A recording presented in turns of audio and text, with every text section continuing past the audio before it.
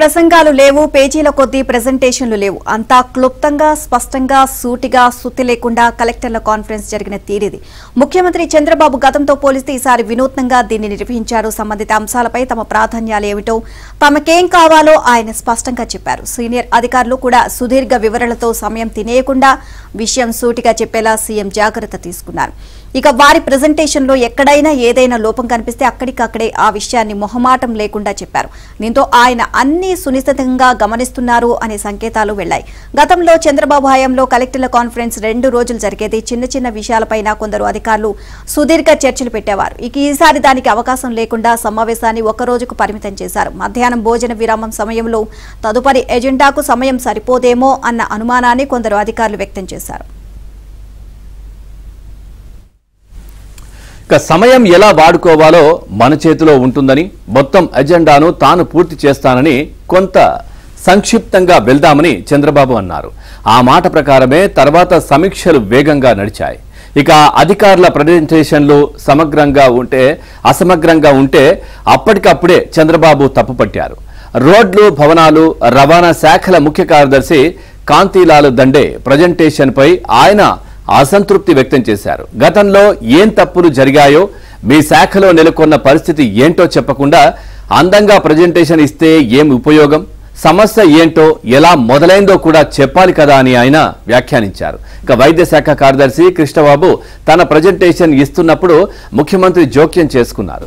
ఇక అంబులెన్సులు సకాలంలో వెళ్తున్నాయో లేదో చూడడానికి ఏం వ్యవస్థ ఉందని ఆయన ప్రశ్నించారు. అటువంటిది ఏమీ లేదని కృష్ణబాబు చెప్పారు. అటువంటి వ్యవస్థ పెట్టుకోకుండా, వాటిని సక్రమంగా పర్యవేక్షించకుండా ఇక్కడ మనం ఎన్ని మాట్లాడుకున్నా ఏం ఉపయోగం లేదని, అటువంటి వ్యవస్థను వెంటనే ఏర్పాటు చేసుకోవాలని ఆయన సూచించారు.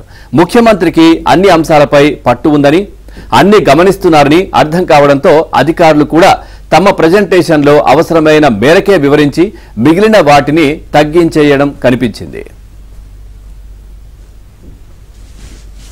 అప్లోడ్ చేసే విధానాన్ని ప్రారంభించింది.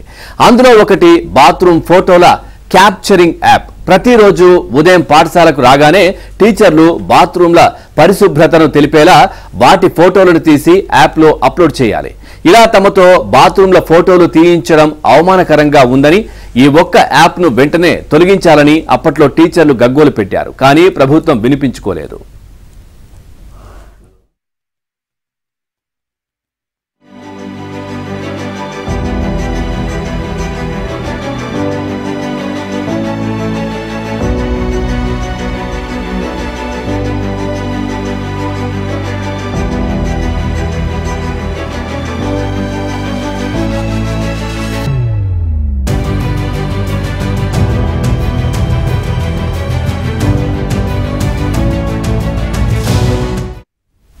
అయితే ఇది టీచర్లను అవమానించినట్లుగా ఉంది అని భావించిన టీడీపీ ప్రభుత్వం ఆ యాప్ను పూర్తిగా తొలగించింది. యాప్ను తొలగించినందుకు ఏపీటీఎఫ్ అధ్యక్ష, ప్రధాన కార్యదర్శులు G Hrudayaraju, S Chiranjeevi, noble teachers సంఘం అధ్యక్ష, ప్రధాన కార్యదర్శులు ఎన్ వెంకట్రావు, బి హైమారావు ప్రభుత్వానికి కృతజ్ఞతలు తెలియజేశారు.